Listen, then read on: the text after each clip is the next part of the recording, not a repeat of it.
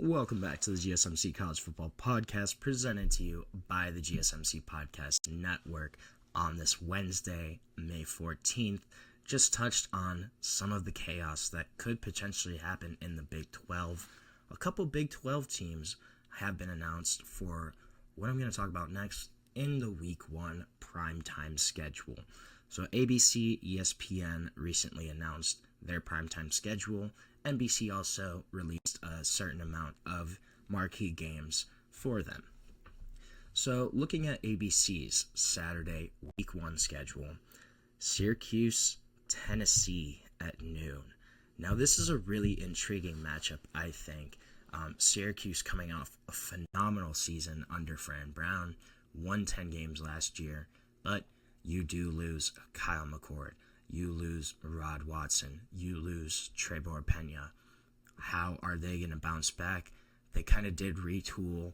Quarterback's going to be a question mark here. It's either going to be Steve Angeli or Ricky Collins, both transfers. Angeli coming in from Notre Dame, Ricky Collins coming in from LSU. I would probably give the edge to Angeli here just because of his age, kind of experience, and how long he spent in a quarterback room. I would say it's probably Angeli. Seems more likely, but we're going to have to wait and see. Then you have Tennessee. Tennessee scrambled after Nico announced he was leaving in the spring portal.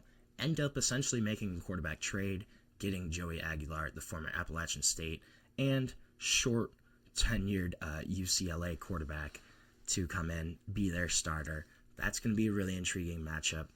I honestly think Tennessee's probably got that one in the bag. It's going to be difficult for them, though, I think. I think Syracuse is going to give them a fight. They're going to come ready to play. That's going to be your noon game on ABC to start Week 1, followed up by Alabama at Florida State, 3:30 p.m. game. This is interesting. I don't see Florida State competing in this matchup. I would be surprised if that is the case. I think Alabama is going to improve in year 2 under Kalen DeBoer. Kind of had a disappointing season for the Tide standards. Still won 9 games. Then you look on the flip side. Florida State, after that incredible 2023 season, then you look at 2024, 2-10 for Florida State, a bunch of holes everywhere. This is just not a team that looks like Florida State, right? But they did make a couple moves in the portal in the offseason. You bring in Thomas Castellanos from Boston College, a guy that also spent his first year at UCF, where he worked under new offensive coordinator Gus Malzahn. Gus Malzahn's stepping down at UCF, saying, nope, I don't want to be a head coach. I don't want to deal with all this right now. I just want to go back to calling plays. Something we haven't seen him do. We have not seen him be a coordinator since 2010, 2011 type. So it's been about 15 years. Going to be interesting to see what he kind of draws up there. Can he come back to being a really great offensive coordinator? I'm curious to see how that's going to work out. And then you also bring in DC Tony White from Nebraska to try and build that unit back up. You have that team going against the Alabama Crimson Tide. Yes, it is at Florida State. I just don't know if I see them competing in this game. I think Alabama's probably got this one in the bag. If Florida State does come out and compete, well, that kind of changes their projection for the year. Maybe they're a little bit more of a contender than we kind of think. Right now, I don't really see that happening. So you have Syracuse, Tennessee, then you got Alabama, Florida State, then the primetime game. You got a big one in LSU and Clemson. The Battle of the Tigers going to be in Clemson, 7:30 p.m. on August 30th. I am excited for this one. I'm not going to lie. 2 great quarterbacks in Cade Klubnik, in Garrett Nussmeier. 2 teams that are really projected highly for this upcoming season. Clemson returning a lot of their production, returning a lot of key pieces there, kind of retooling. Seems like they're on the up and up. I talked about them in depth earlier this week. But then you have LSU. LSU, I still want to see them prove it. I would like to see them kind of showcase what they can do under Brian Kelly, show they can win big games, and this is certainly a time that they can showcase that. Yes, you have Garrett Nussmeier, you have Harold Perkins Jr., you also have one of the best transfer classes in the country, bringing in almost 20 guys. Most recently, bringing in A.J. Halsey from Houston, all Big 12 safety last season. This is going to be a much improved LSU team. I'm excited to kind of see what they can do. Is the hype real? And we're going to learn out quickly when they play Clemson at Clemson's home week 1. That's going to be a big matchup. I'm excited to see kind of where that all shakes out, what happens there with those programs, what happens with that game. Also, side note, ESPN announced for that that the August 30th edition of College GameDay would be the last for Lee Corso. So I'm wondering, do they go to Florida State, Alabama? Just to kind of give a little props to Corso, who played at Florida State. I think it's very possible. ABC, then, they also get a big one the next day on August 31st. You get Miami, Notre Dame at 7:30. This is going to be a great game. Going to be a great look in on Carson Beck in a Miami uniform. Notre Dame having a new starting quarterback. Will it be Kenny Minchie? Will it be C.J. Carr? I'm leaning towards C.J. Carr. But we're going to get a first look at both of these quarterbacks in a new kind of offense.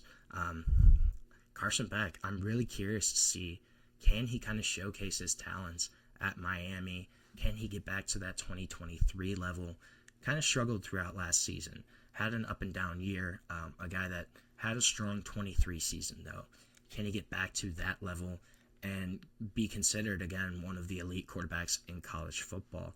I think that's going to be a big storyline here. This is going to be a big matchup week 1 between two really talented teams. Then you look at NBC also released 7 dates and kickoff games for the Notre Dame home games. Obviously, Notre Dame, NBC have their own TV deal. They do get primetime games against A&M when A&M comes to visit, USC when USC comes to visit, and then when Navy comes to South Bend, Indiana. In particular, that Texas A&M matchup is going to be a lot of fun. 2 weeks after the Miami game, you have A&M coming into South Bend after Notre Dame came into their home last year, beat them on Kyle Field in a competitive game. Texas A&M is a team that's going to be looking to take that next jump this year, and they get an opportunity for a big-time road potential win when they go face Notre Dame. That's going to be a fun primetime matchup. I'm excited to see that. When you look at ESPN Slate, then, that they announced, so they're going to begin on Thursday night of week 1. Gotta love it. Hey, the NFL hasn't started yet. You got to take advantage of every day you can when you're college football. You're going to begin on Thursday with a doubleheader. Boise State at USF. I think Boise runs through that one. Then you get a Big 10, Big 12 crossover when Nebraska plays Cincinnati in Kansas City, which is kind of interesting. So a quote-unquote neutral site game. I think there's going to be a lot more Nebraska fans there than there will be Cincinnati Bearcats fans. But that's going to be a 9 p.m. Eastern matchup. I think Nebraska should win that game. I'm really curious to see how Cincinnati's going to kind of do this year. I don't see them going that far. That's my own kind of opinion, though. We're going to kind of see where they can go. I don't know. I think Nebraska runs through that matchup. Then you get to Friday. Friday, you get a big game in Georgia Tech at Colorado, 8 p.m. Eastern. Friday night. That's going to be a lot of fun. Friday Night Lights. Who doesn't love Friday Night Lights, right? You get a team in Georgia Tech who I think is going to be a really great ACC team this year, a potential contender for the ACC championship. You get them going into Boulder, playing the new-look Colorado Buffaloes under Deion Sanders without Shedeur, without Shiloh, without Travis, without Jimmy Horn. a lot of guys being lost from this Colorado team. What are they going to look like? Will they be competitive? I think this is going to be a big sticking point, a big test for Colorado in week 1 when you have a Georgia Tech team that I think is going to be really good this year. End of the year with a lot of momentum. Should have beat Georgia last season. Kind of let that game slip through their fingers. But a team that's returning a lot, that has a lot of optimism for this year, versus Colorado, where there's a lot of uncertainty on this year. Will Colorado be able to compete with Georgia Tech? Will they kind of showcase that, hey, we're still going to be around? Or is this going to be a game that Georgia Tech runs away with? I think that's going to be an interesting storyline there. Then you look at ESPN, they also get Va-Tech and South Carolina. Kyron Jones versus Lenora Sellers. This is going to be a big-time, fun QB matchup to watch out for. Game's going to be in Atlanta, 3 p.m. I'm excited, though. I think that's going to be an interesting game. Virginia Tech, I have no clue what they're going to look like, honestly. I think their range is really wide. They could be a 4-win team. They could be a 9-win team. It just kind of depends on how everything shakes out. Then you have South Carolina, who I'm really high on. I love Lenore Sellers. I think Dylan Stewart is an absolute freak on the defensive line. A team that ended with a lot of confidence last season. Can they continue that? Can they continue that upward trajectory going into this upcoming year? Starting off week 1 against Virginia Tech, against a really solid quarterback in Kyron Jones, who kind of struggled last season, but had a really great 2023 year. Will they be able to kind of keep that upwards trajectory going? Then you get Bill Belichick's debut against TCU, 8 p.m. on September 1st, Labor Day. So on that Monday, to end the weekend, we get to see what North Carolina is going to look like under Bill Belichick. Frankly, I have no clue. This could be a team where, similar to Virginia Tech, this is a huge range of outcomes for North Carolina. How's Bill going to do in college? Can he adjust to the college game compared to the pro game? We're not sure. And they're going against a team in TCU that quietly is really solid. They won 9 games last year. They returned Josh Hoover at quarterback. They have a couple different pieces. So, a team that's not going to be a cakewalk for North Carolina. Can UNC step up to the plate? Can they get a big win in week 1 and get some momentum going into the rest of the season? We're going to have to find out on Labor Day, but I'm excited to see if Bill can do it in college. So right now we're going to take another short break on the show. When we come back, we're going to talk some recruiting news and Jackson Cantwell and where he ended up. But we're going to dive into all of that when we come back on the GSMC College Football Podcast.